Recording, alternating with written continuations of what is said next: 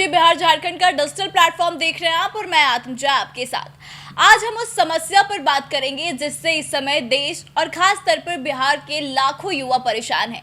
आज युवाओं के भविष्य और उनकी मेहनत के साथ जो खिलवाड़ चल रहा है उसे समझने के लिए किसी बड़े दावे की जरूरत नहीं है, बल्कि सामने दिख रहे आंकड़े और घटनाएं ही काफी है। सबसे पहले बात करते हैं उस ताजा मामले की जिसे लेकर आज एक बार फिर से बिहार के युवा सड़क पर है। इसी साल यानी कि 27 मई 2026 को बीपीएसएससी द्वारा दरोगा यानी कि सब इंस्पेक्टर के 1799 पदों के लिए मुख्य परीक्षा आयोजित की गई थी। छात्र सालों से इस परीक्षा के लिए रात दिन एक कर रहे थे। परीक्षा के दिन केंद्रों पर सुरक्षा के इतने कड़े इंतजाम थे कि लड़कों के जूते मोजे तक उतरवा दिए गए, जैमर लगाए गए ताकि कोई परिंदा भी पर ना मार सके और परीक्षा पूरी तरह से निष्पक्ष हो। लेकिन जैसे ही परीक्षा खत्म हुई, कहानी पूरी तरह से बदल गई। ऐसे में अब सवाल उठता है कि छात्रों को इस पेपर लीक के बारे में आखिर पता कैसे चला। दरअसल आपको बता दें कि परीक्षा देकर जैसे ही छात्र केंद्रों से बाहर निकले, उनके पैरों तले जमीन खिसक गई। नियमों के अनुसार परीक्षा हॉल से प्रश्न पत्र बाहर ले जाने की सख्त मनाही थी, लेकिन इसके बावजूद परीक्षा खत्म होने के तुरंत बाद पूरा का पूरा प्रश्न पत्र, सवाल और उनके सटीक जवाबों की पर्चियां सोशल मीडिया, व्हाट्सएप और टेलीग्राम ग्रुप्स पर तेजी से वायरल हो रही थी।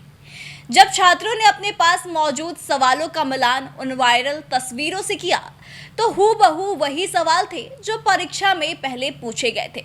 बस यहीं से छात्रों को साफ पता चल गया कि परीक्षा के दौरान या उससे पहले ही बड़ी सेंधमारी हो चुकी है। अब एक सीधा सा सवाल उठता है कि जब परीक्षा हॉल के अंदर मोबाइल ले जाना पूरी तरह से बैन था, तो प्रश्न पत्र बाहर कैसे आ गए? उनकी तस्वीरें आखिर किसने और कब खींची? बिना किसी अंदरूनी मिलीभगत या बड़ी लापरवाही के ऐसा होना लगभग नामुमकिन है। जब यह गड़बड़ी सामने आई तो छात्रों ने तुरंत सड़क पर उतरकर हंगामा नहीं किया। उन्होंने सबसे पहले व्यवस्था और कानून पर भरोसा जताया।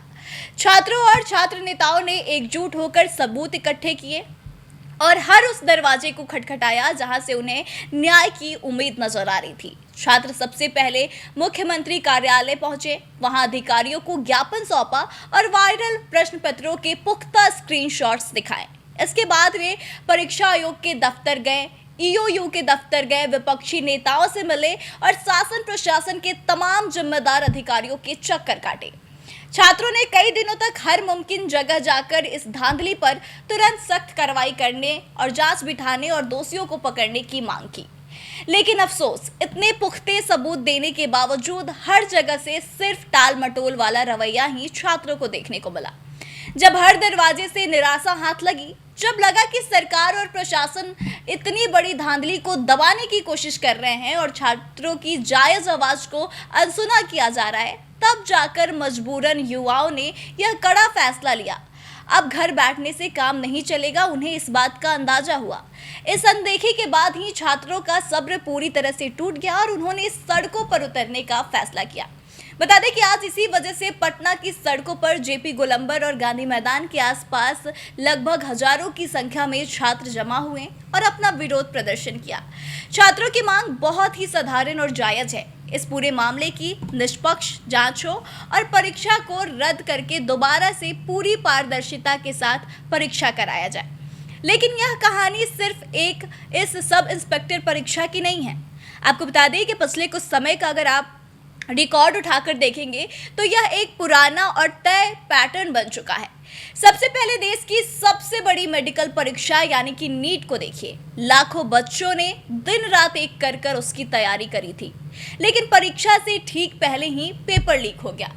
पटना के ही एक गेस्ट हाउस से उसके तार जुड़े, गिरफ्तारियां भी इस मामले में हुई और पूरी परीक्षा जो है वो विवादों में आ गई। इसके बाद एईडीओ जैसी बड़ी परीक्षा का भी यही हाल हुआ। वहां भी पेपर लीक और धांधली की बातें सामने आई और छात्रों को सड़कों पर उतरना पड़ा और परीक्षा रद्द कर दिया गया। और अब यही चीज 27 मई 2026 को हुई बिहार दरोगा परीक्षा में भी देखने को मिल रही है। ऐसे में सवाल उठता है कि आखिर कब तक देश और राज्य का युवा एक परीक्षा से दूसरी परीक्षा के बीच सिर्फ पेपर लीक का दर्द झेलता रहेगा।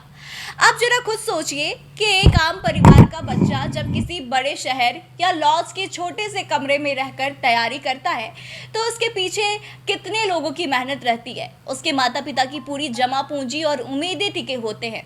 वो छात्र पैसे बचाने के लिए खुद खाना बनाता है, सालों तक सिर्फ इसलिए मेहनत करता है ताकि एक नौकरी पाकर अपने परिवार को सहारा दे सके।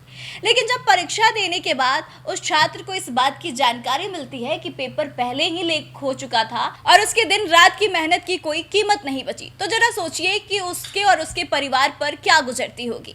बता दें कि यह सिर्फ एक पेपर लीक की बात नहीं है, बल्कि उन तमाम ईमानदार छात्रों के भरोसे और उनके भविष्य के साथ सीधा सीधा खिलवाड़ है, जो नियम कायदों को मानकर परीक्षा की तैयारी करते हैं। और जब ये छात्र हर जगह गुहार लगाने के बाद थक हार कर सड़कों पर आते हैं तो इन्हें आश्वासन देने की बजाय पुलिस की लाठियों और वाटर कैनन की बौछारों का सामना करना पड़ता है।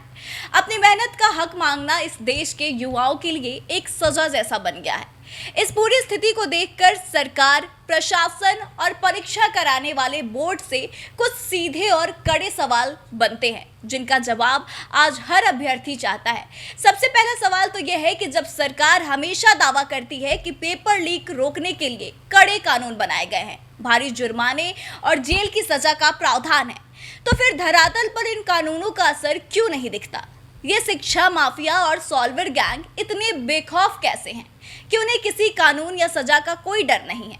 दूसरा सवाल यह है कि जब छात्रों ने खुद सीएमओ और तमाम जिम्मेदार जगहों पर जाकर सबूत सौंपे और कार्रवाई की भीख मांगी, तो परीक्षा बोर्ड बिना किसी गहरी और निष्पक्ष जांच के तुरंत क्लीन चिट देने की जल्दी में क्यों रहता है? हर बार यह क्यों कह दिया जाता है कि परीक्षा शांतिपूर्ण रही और कोई गड़बड़ी नहीं हुई? जब 27 मई की परीक्षा के सवाल बाहर घूम रहे हैं तो पारदर्शिता बरतने और छात्रों की बात सुनने में आखिर इतनी हिचकिचाहट जो है वो प्रशासन और सरकार को क्यों है? तीसरा सवाल यह है कि चाहे नीट का मामला हो, एईडीओ की परीक्षा हो या अब बिहार दरोगा की मुख्य परीक्षा, हर बार पेपर लीक का कनेक्शन घूम फिरकर एक ही जैसे गिरोहों, सेंटरों या फिर चेहरों से क्यों निकलता है? इस पूरे सिंडिकेट और इसके पीछे बैठे बड़े मगरमच्छों को जड़ से खत्म करने की सख्त इच्छा शक्ति आखिर सरकार कब दिखाएगी?